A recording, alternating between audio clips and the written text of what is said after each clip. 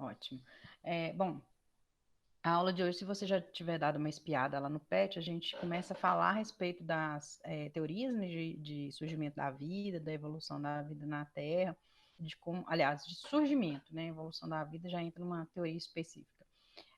Mas nessa aula de hoje é para a gente tratar exatamente das teorias que existem e as coisas que importam realmente nelas, né, do ponto de vista da ciência. Então, vai ter coisas de conhecimento prático, inclusive eu coloquei para vocês, né, nas questões lá do PET, que demanda um pouco de noção dessas partes teóricas, né, e um pouco de aplicação prática também, para a gente ver como esse tipo de conhecimento pode ser aplicado no nosso dia a dia, até no nosso cotidiano mesmo, dentro das nossas casas. E aí, essa imagem repetindo aí é um gifzinho, né, da Via Láctea, que é a nossa galáxia, nós moramos nela, né? Eu coloquei ela exatamente porque eu queria chamar atenção para uma questão aqui. A gente tem uma noção, assim, né, de mundo muito restrito, principalmente quando a gente viaja pouco, a gente sai pouco da localidade onde a gente mora, a gente conhece muito pouco de outras culturas, mesmo tendo televisão, internet, para a gente buscar informação a respeito, a gente conhece muito superficialmente. E dentro do nosso planeta só, né, que tem uma amplitude de organismos vivos, de culturas, de pessoas, de tudo que é de paisagens que a gente imaginar, a gente está falando só de um planeta, né, e dos locais desse planeta que a gente conhece. Com certeza tem muitos locais ainda que a gente não foi. E o nosso planeta, ele faz parte, né, da Via Láctea. Nós estamos aí, ó, mais ou menos, né, dentro da Via Láctea. Existem várias estrelas bem maiores que o Sol, algumas menores, algumas mais ou menos do mesmo tamanho, com outros planetas orbitando em volta deles. E ainda por cima existem outras galáxias. Então, se a gente pensar no universo, assim, né, se a gente se colocar no universo a partir dos dados que a gente tem hoje, né, de sondas cada vez mais modernas, a gente é só uma galáxiazinha lá no meio de bilhões de outras galáxias que formam ali o universo. A gente só está falando aqui de uma parte, né? Olha só, da visão que a gente tem. E aí eu gosto muito disso aqui, sabe? Eu uso sempre que eu posso, que é o nosso endereço, né, no universo. Então, a gente mora no planeta Terra aqui, que é parte do sistema solar, né? A gente está girando aqui continuamente em torno da nossa estrela, o Sol, que pertence à Via Láctea, né? Uma das tantas muitas estrelas que ocorrem nela.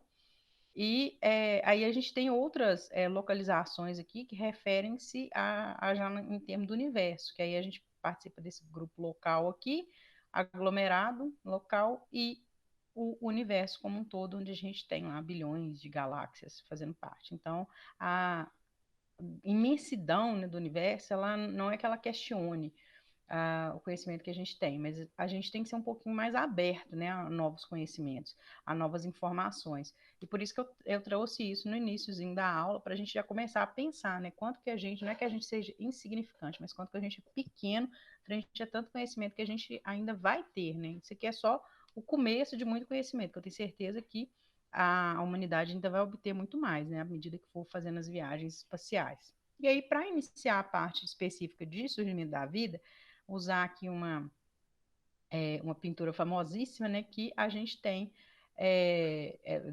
assim, é do Da Vinci, e ele fez isso aqui como se fosse uma representação, né, da criação humana. Então, seria o momento, né, que Deus toca a humanidade, né, que cria a humanidade. E aí, essa é uma figura simbólica quando a gente fala de criacionismo, da criação da vida, a partir das propostas religiosas. Só que, assim, a, o criacionismo a gente aprende, às vezes, muito limitado dentro da escola. Mesmo quando a gente está vendo as disciplinas de ciências, de biologia, às vezes é tratado em ensino religioso, às vezes não, mas é muito, muito limitado porque a gente aprende o criacionismo dentro da lógica cristã, né? E o criacionismo, ele, na verdade, a proposta dele é que um Deus criou, né, toda a vida existente, inclusive a vida humana. Essa é a proposta do criacionismo. Acontece que esse criacionismo, né, que a gente conhece, que trata lá que Deus fez o homem a partir do barro, e aí da sua costela veio Eva, essa noção aqui, ela se refere ao criacionismo cristão e ao criacionismo judaico.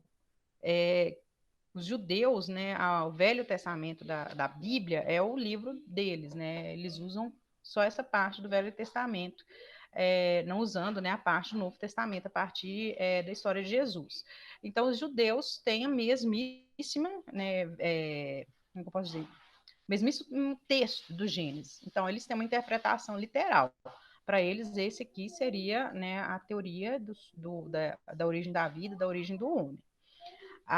O criacionismo, a gente já tem umas variações dele aqui, o criacionismo mais moderno, que aí você tem dentro do cristianismo, que aí a gente está falando do perfil cristão. O que é o perfil cristão?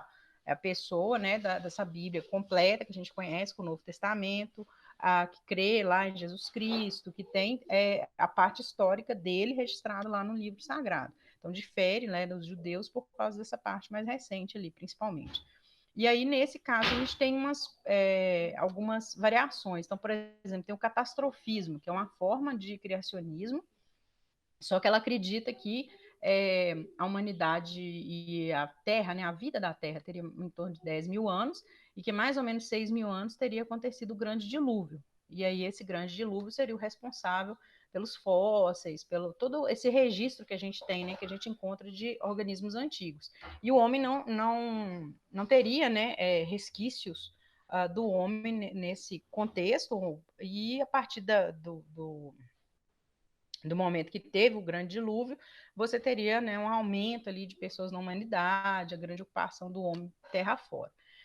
É uma das ideias. O Lund mesmo aqui em Lagoa Santa, quando ele veio para cá, ele era um defensor do catastrofismo. Ele mudou a opinião dele, porque ele viu que existia o homem ameríndio, né, o índio americano, mais ou menos 7 mil, 8 mil anos atrás, existia lá os ossos nas grutas, junto no mesmo nível lá dos fósseis, né, que foram soterrados, de animais que são considerados anteriores a que seria esse período do catastrofismo. Então, por exemplo, o tigre dente de sabre, ele teria vivido no mesmo período que os homens viveram. Então, isso pôs em xeque lá para ele a teoria do catastrofismo, ele passou a não defendê-la mais e propor novas ideias a partir daquilo ali.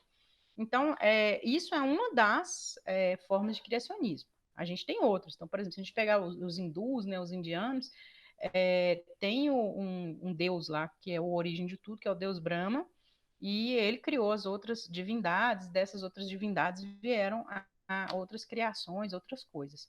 Então, eles também têm um deus, né, central, e esse Deus é que cria o universo. Também é uma forma de criacionismo.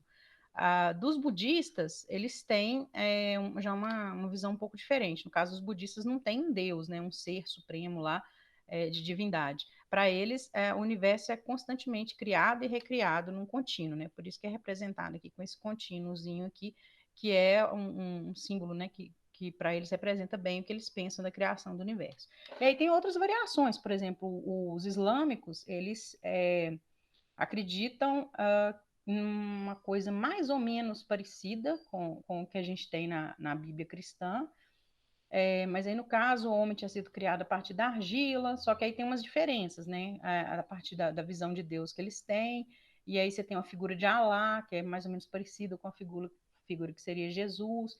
Então, tem as diferenças, mas é bem parecido no sentido de criacionista também. Tem um Deus principal que teria criado o universo, e a partir dele teria vindo todas as coisas. Essa é a proposta, né, por trás do criacionismo, e existem várias maneiras aí de interpretação desse criacionismo, dependendo das religiões. Então, grupos menores, mais isolados, têm suas próprias teorias, né? Os índios americanos mesmo, a grande maioria deles tinha uma proposta assim, criacionista parecida com essa, né, que é do cristianismo, com essa que é do hinduísmo também.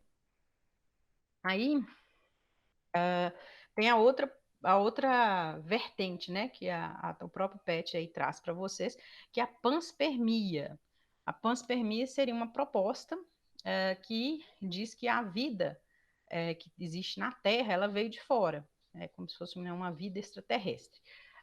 Tem umas variações que fala mesmo em extraterrestres que desceram aqui, misturaram com os macacos, né, pré-históricos lá, de gerar o ser humano, mas essas aí são meio viajadas, coisa de internet. A panspermia mesmo, quem trabalha em cima dela, quem tenta propor modos aceitáveis, né, dessa teoria, diz que foram as moléculas mesmo, né, moléculas orgânicas que vieram de fora através de corpo celeste, né, a gente chama de meteoro, mas na verdade o nome, né, adequado que a gente poderia falar desses corpos aqui viajando mundo afora como é que chama, gente?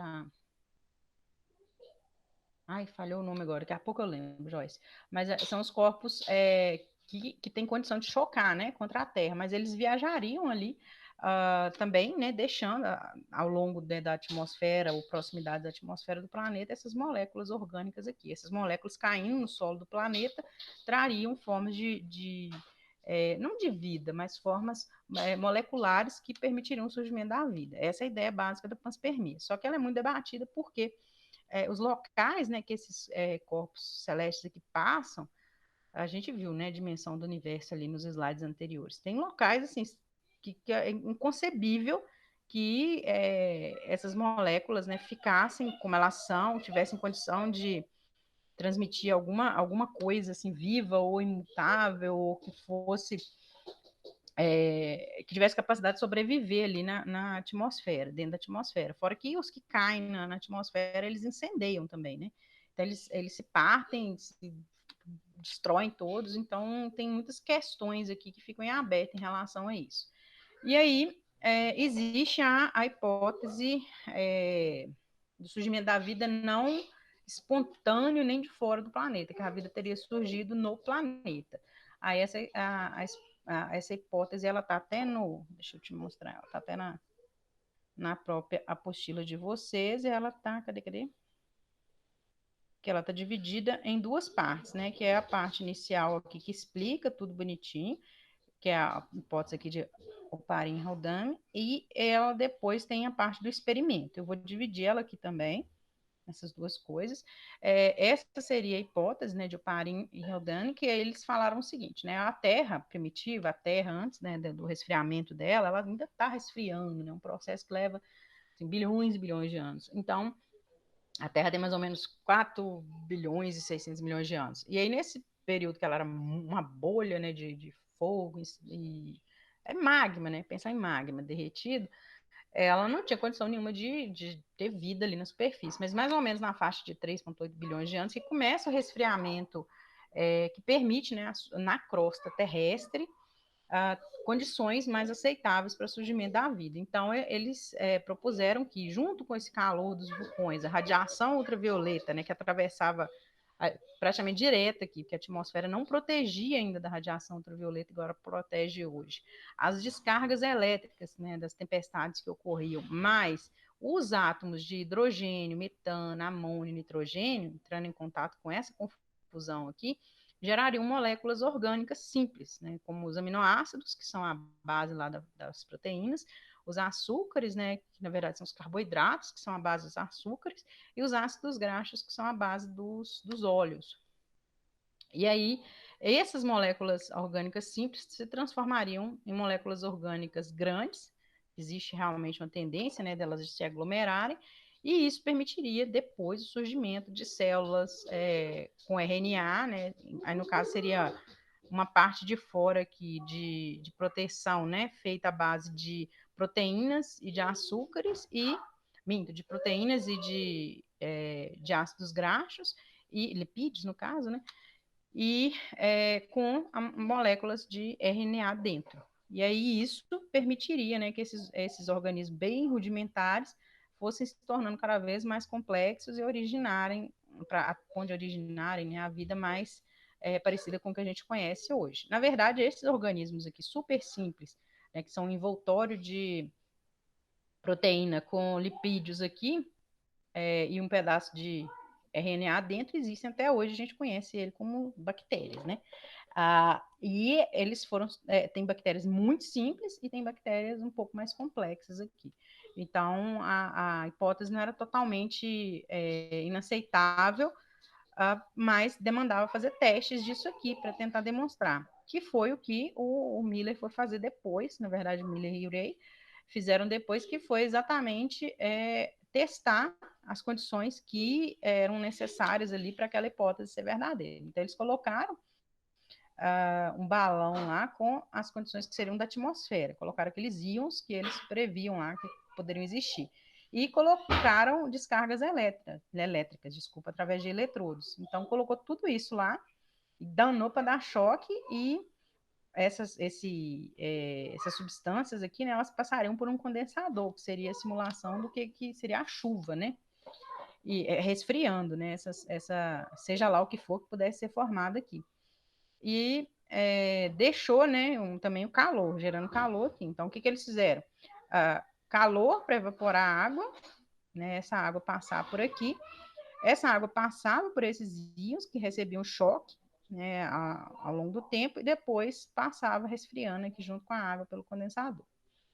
E isso aqui depois foi recolhido e avaliado. Após alguns dias, eles tiveram a revelação de que formava mesmo as moléculas que eles esperavam.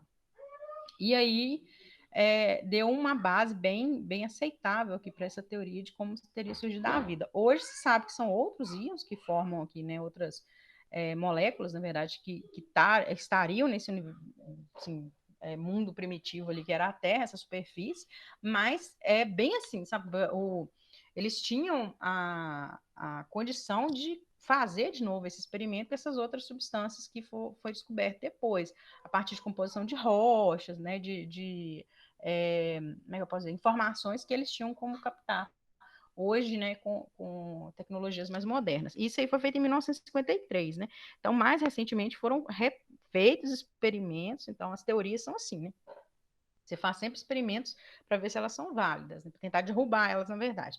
E aí, se elas permanecem aceitáveis, ok. Se elas não são aceitas mais, aí você faz novos experimentos, comprova que realmente não são e você descarta. E nesse caso aqui não foi conseguido descartar até hoje. Eles conseguiram realmente gerar aqui, a partir disso, as primeiras moléculas lá. Isso é super importante, porque a partir dessas moléculas aqui é que são formadas, né, as estruturas básicas de todas as células, de todos os organismos vivos. Então, isso aqui demonstrou que a vida realmente tinha condição, né, de ter o primeiro impulso dela aqui na própria situação da Terra. E aí eu coloquei só para vocês uma breve, como é que eu posso ver, uma divagação aqui sobre organismos muito simples, ou nem, não é só organismos, na verdade, que eles não são compostos de células, mas formas muito simples de existência, que inclusive causam doenças e que são muito simples, né, são muito possíveis de serem formados em situações assim. Um deles são os prions, que são basicamente são proteínas, com alguma diferença, né, no funcionamento delas, e uma delas causa, né, a doença da vaca louca, que é uma proteína lá que no tecido, né, do sistema nervoso, ele causa danos ali e gera um descontrole da pessoa em relação aos movimentos dela e acaba degenerando o cérebro e causando a morte da pessoa. Então, uma proteína, uma coisa super simples, né? Uma cadeia, vários aminoácidos, né, numa cadeia, né, naquela conformação e causando um negócio desse. Tem prions aí, já são descobertas várias formas diferentes disso que causam problemas aí, e não só, né, nos seres humanos. Então, às vezes, para uma coisa ter um comportamento que lembra algo vivo, ela pode ser muito simples, ela pode ficar cada vez mais complexa a partir de próprias ligações químicas que acontecem, o ambiente que favoreça. E aí, um bom exemplo disso é vírus. Vírus nem são considerados organismos vivos, né? São basicamente um DNA ou RNA com uma cápsula em volta. Alguns são mais elaborados com uma cápsula mais bonitinha em volta, que é o caso do coronavírus, é um vírus envelopado lá bonitinho. O que ocorre? É simplesmente isso, e cola numa célula lá, infecta a célula, faz a célula mudar o funcionamento dela, mata um organismo vivo, né, super complexo como o nosso. Então, não é muito difícil a gente ver que era possível que as moléculas aqui que formam a cápsula se ligassem, gerassem uma conformação dessa, e o material genético, que é como um mapa, eu posso dizer, um código de informação básica para formar novos desses. Então, é uma coisa que a natureza poderia favorecer aqui o surgimento dela, né? Tendo ou não, né, uma força divina por trás, dependendo do que a pessoa acredita. Então, existem hoje, dentro das religiões, das várias religiões do mundo, parte dos religiosos que tentam juntar essas noções básicas que vêm hoje da parte da ciência, né, das teorias de surgimento da vida, da evolução da vida, com os livros, os textos sagrados, que são a base dessas religiões, e tentar entender como que eles podem se comunicar ali. Porque, né, você pode entender como linguagem figurada a informação que vem. Por exemplo, dentro do cristianismo, existe uma noção que essas moléculas que se formavam na atmosfera, depois elas iam para os oceanos. E esses oceanos eram uns mares, assim, não era essa água limpinha que a gente conhece, né? Eles ficavam lá, um lamaçal lá na beira da água, onde surgiu isso aqui. Então, querendo ou não, a vida está vindo aqui, né, do barro. Então, é uma das vertentes, né, que existem dentro da própria religião do cristianismo. E existe outras também, dentro do islamismo também, eles tentam ter esse tipo de interpretação. E aí, as bactérias, né, que seriam esses seres iniciais lá, na verdade, um pouco mais simples que eram, que seriam as arqueobactérias, é muito simples, é um organismo, né, que tem uma cápsula externa, um material genético aqui, não tem a organela verdadeira, então tem, assim, bem, uma estrutura, né, física bem simples, e tem variados tipos aí de bactérias mundo afora, causando tudo que é tipo de doença, e muitos não causando doença alguma, vivendo aí em cima da nossa pele, sem problema nenhum com a gente. Então, não é difícil a gente ver que é um negócio muito simples, né? E extremamente pequeno lá, um ser microscópico muito miudinho. E aí, esses seres aqui, né, que seriam os iniciais, segundo essa proposta lá da evolução. E aí até tem a parte da evolução dos processos energéticos, né? Que seria o quê? Então tá, beleza. Vamos supor que é uma bactéria bem rudimentar lá, que foi o primeiro organismo. Mas como é que ela vivia? Qual que é o tipo, né, de sobrevivência dela? Né? A ciência não pode deixar pontas soltas, né? Então tem duas hipóteses básicas. Uma é chamada hipótese, nossa senhora, que nome feio, né? Heterotrófica, e a outra hipótese autotrófica. Nessa aqui, heterotrófica, esse hétero vem de diferente, né? E auto aqui de para si mesmo, né? Tipo autoescola, né? Você aprende a dirigir lá. No caso da hipótese autotrófica, o primeiro organismo que tivesse surgido, ele produziria a própria biomassa lá, a própria energia a partir de uma fonte externa. O que seria isso? Por exemplo, as plantas fazem isso, a fotossíntese é um processo disso. Só que, segundo essa hipótese autotrófica aqui, seria não organismos fotossintetizantes, mas organismos quimiosintetizantes. Vou falar já já o que são, né? Na hipótese heterotrófica, aí seriam organismos que se alimentariam no meio ali. O que ocorre? Quem defende essa hipótese heterotrófica fala que os oceanos eram ricos, né, esses locais de surgimento dessa vida rudimentar lá, eram ricos em alimento, não tinha competição, não tinha nada, tinha ninguém vivo ali.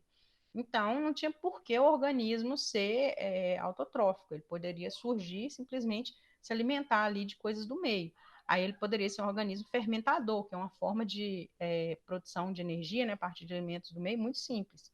E aí depois, na medida que fosse tendo competição aqui, surgiriam organismos com outros métodos ali de metabolismo energético.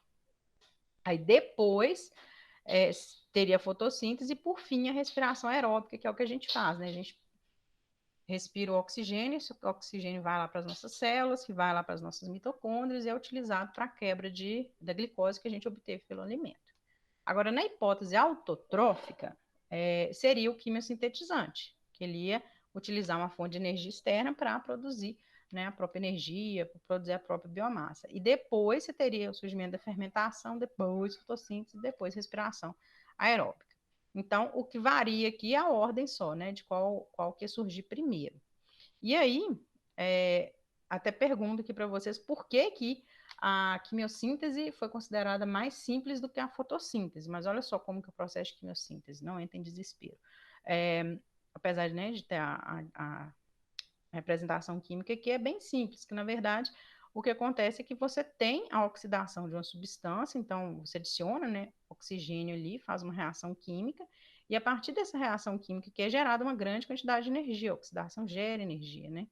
E aí essa energia seria utilizada aqui para juntar gás carbônico com água e formar a molécula mais simples aqui, um aldeído, que é a molécula mais simples, seria o açúcar mais simples, o carboidrato mais simples de todo. né? E é isso, né? Esse carboidrato aqui seria igual à glicose que a planta faz lá, né? A partir da fotossíntese, só que uma molécula bem mais simples aqui. E ainda liberaria oxigênio. Isso é o processo básico da quimiossíntese, bem, bem simples. Agora, olha a diferença com a fotossíntese. Tcharam, né? A fotossíntese depende de uma fonte externa de energia luminosa, então depende da luz do sol chegando, depende de ter uma unidade específica para a fotossíntese, que é o cloroplasto, depende do cloroplasto funcionar e ter uma mitocôndria também, então muito mais complexo todo o processo aqui, até chegar no final das contas, que vai ser a produção da glicose aqui, e aí depois você poder quebrar ela junto com oxigênio e liberar alguma coisa de energia, que é o ATP. Então, bem mais simples fazer isso daqui do que fazer isso daqui. Então, era bem mais provável, é muito mais provável, dentro da pressuposto da evolução, que a quimiossíntese viesse primeiro do que o processo de fotossíntese. Agora, eu queria falar da parte, né, dando continuidade, essas são propostas que têm muita relação com a teoria da evolução, né, que aí você teria o surgimento da vida na Terra, essa vida se diversificando, se tornando mais complexa, ou não, que às vezes ela segue o caminho contrário. E aí a gente tem essa imagem que é muito representativa em vários livros de biologia por aí afora, sobre a evolução da vida. A internet adora essa imagem, inclusive. Bom, essa imagem tem uma grande questão que ela está incorreta, ridiculamente incorreta. Por quê? Não existe essa linha assim, era um macaco, aí virou um outro macaco mais ou menos, aí virou outro macaco, aí virou um homem, e depois virou o homem moderno. Não, não existe isso. A evolução não tem essa proposta, né? E por causa, eu acho que da maneira errônea como ela é divulgada, as pessoas não entendem muito bem os pressupostos básicos. Então, se a gente fosse representar né, a evolução, né, a partir dos organismos mais simples lá encontrados no registro fóssil até a atualidade, né, do ser humano moderno, a gente teria essas variações aqui. Então, você nem tem bem uma ligação determinada ainda. Então, de vez em quando eles acham uns fósseis lá e, nossa, achou um elo que liga não sei qual com não sei qual. Então, você teria organismos muito mais simples aqui, e olha só, eles continuaram derivando, tá vendo? A gente não fala evoluindo, a gente fala derivando. Eles continuaram derivando, né? Até recentemente, porque isso aqui é recentemente, 1 milhão de anos atrás é muito recente na história da Terra. Eles derivaram até um determinado ponto e depois desapareceram. E os ancestrais aqui passaram por processos similares. Derivaram, derivaram, derivaram, e chegou um ponto que ninguém foi para frente, e aí sobrou, né, só a espécie atual.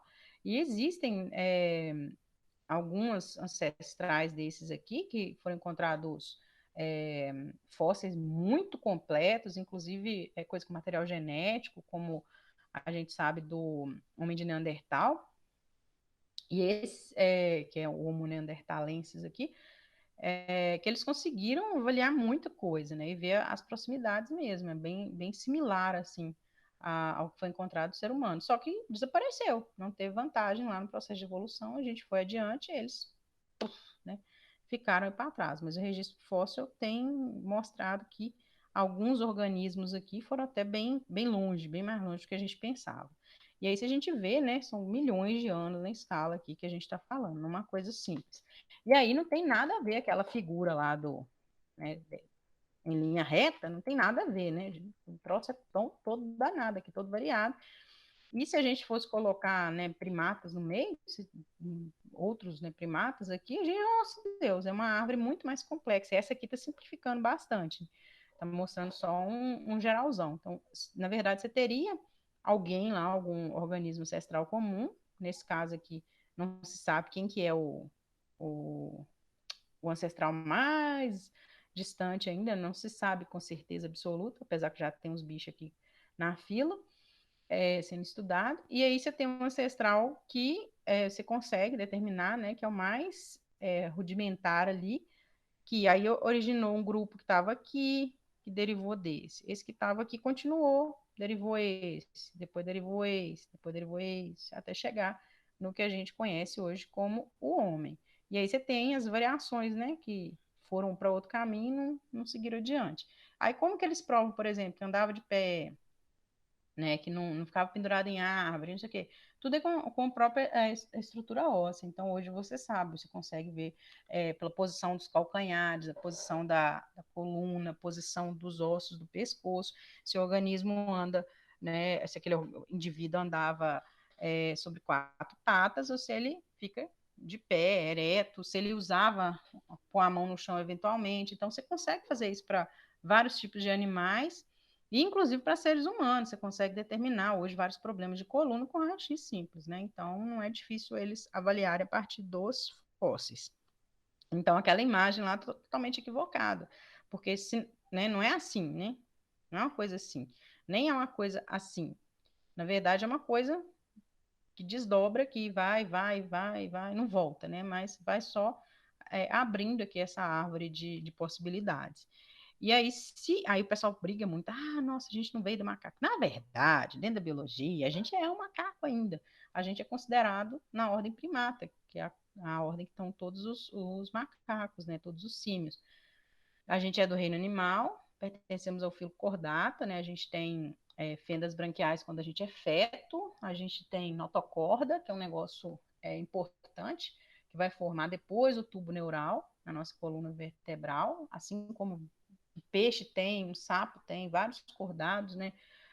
Que eu posso citar aqui, todos eles vão ter isso pelo menos uma fase da vida. A gente tem lá na fase de desenvolvimento embrionário. A gente tem uma cauda no desenvolvimento embrionário, ela desaparece, né? Mas algumas crianças ainda nascem com um prolongamento aqui na coluna cervical, eles tiram por cirurgia, mas é porque no desenvolvimento embrionário tem alguma falha, ela não é totalmente absorvida, mas a gente tem um rabichozinho lá quando a gente é fetozinho lá, miudinho ainda.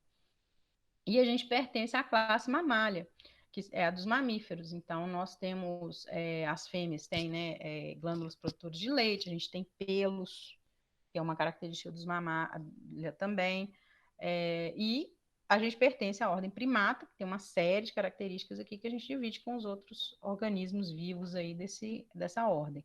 Nós somos especificamente da família Hominidae, que é a família que já divide características mais próximas, né, com a gente. O gênero Homo, espécie Homo sapiens sapiens. Repete aqui porque nós somos o homem moderno, né? Nós temos algumas diferenças do homem de 100 mil anos atrás lá, de acordo com os fósseis, né? Aí, tá aí ainda, Joyce? Tá, né?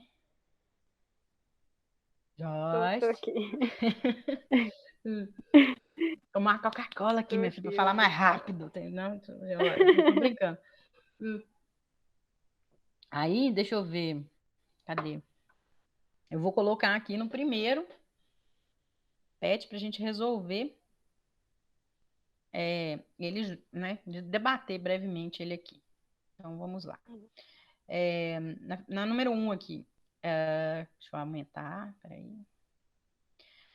No PET 1 de Biologia, semana 2, lá atrás, né, você aprendeu sobre biomoléculas, que são as moléculas orgânicas, que compõem os organismos vivos, incluindo o nosso organismo. Sabendo disso, explique qual a importância do experimento de Miller e Urey para demonstrar a possível origem da vida no planeta Terra. Bom, essa daqui eu meio já expliquei ela lá atrás, né? Quando eles fizeram o experimento, eles estavam exatamente demonstrando como que era possível surgir, né, aqui através daquelas condições da atmosfera da Terra primitiva lá, a partir dos gases que existiam nessa atmosfera e, né, e da presença de água, surgirem essas moléculas orgânicas, que são exatamente as moléculas, né, que formam o nosso organismo. Então, de tantos outros organismos vivos, né, da Terra. Então, as moléculas que formam a vida, era possível que elas se formassem naquele ambiente tão inóspito, né, que era a atmosfera da Terra primitiva. E aí, a partir dessas biomoléculas, tem como ser, né, existir a construção do indivíduo, mesmo que seja uma bactéria lá, mas é o primeiro organismo realmente vivo, que tem a condição de replicar, né, de reproduzir, de deixar descendentes ali no planeta. Então, qualquer coisa que você conseguir explicar em torno disso, é resposta. A ideia é que vocês escrevam mesmo. Quando a gente escreve, que é o conteúdo fixa. Mas é só lembrar, né? As biomoléculas, elas constituem os organismos vivos. Se era possível surgir biomoléculas naquela atmosfera, daquele momento, então era possível que essas biomoléculas permitissem, né, a formação de organismos vivos depois. Agora, na 2, no PET 1 de Biologia, semana 3, você aprendeu a respeito dos tipos de nutrição celular, que é aquela coisa, né? Fotossíntese, respiração aeróbica, etc. A partir dos seus conhecimentos sobre o que é a fermentação e o que é a fotossíntese, explique por que os pesquisadores que buscam explicar a origem da vida na Terra consideram seres fotossintetizantes muito complexos e os seres quimiosintetizantes mais simples em termos de estrutura celular e metabolismo. Então, aqui eu já expliquei também, né? A, cadê? A quimiossíntese é um processo super simples aqui, em que a gente tem, né, só a oxidação da substância para liberar energia, e aí o organismo quimiosintetizante usa gás carbônico e água para formar uma molécula lá de aldeído, que é o carboidrato, né, muito simples, né, o carboidrato super, super simples ali. Então, ele consegue gerar essa energia que ele pode usar para crescer, para se multiplicar a partir de um processo super simples. Já a fotossíntese, ela precisa de um processo muito mais complexo, que depende da presença de organelas celulares, como o cloroplasto e a mitocôndria, para acontecer, depende de uma fonte externa, né, de energia luminosa, no caso ali a luz do sol, e de um processo aqui super complexo para chegar ao ponto de quebrar, né, a molécula de glicose lá e gerar energia. Então, não é um processo que o organismo possa ser muito simples para realizar. E aí você espera que os primeiros organismos lá fossem extremamente simples. Então, óbvio, você espera que também a forma deles de gerar energia, né, o metabolismo energético deles seja bastante simples também.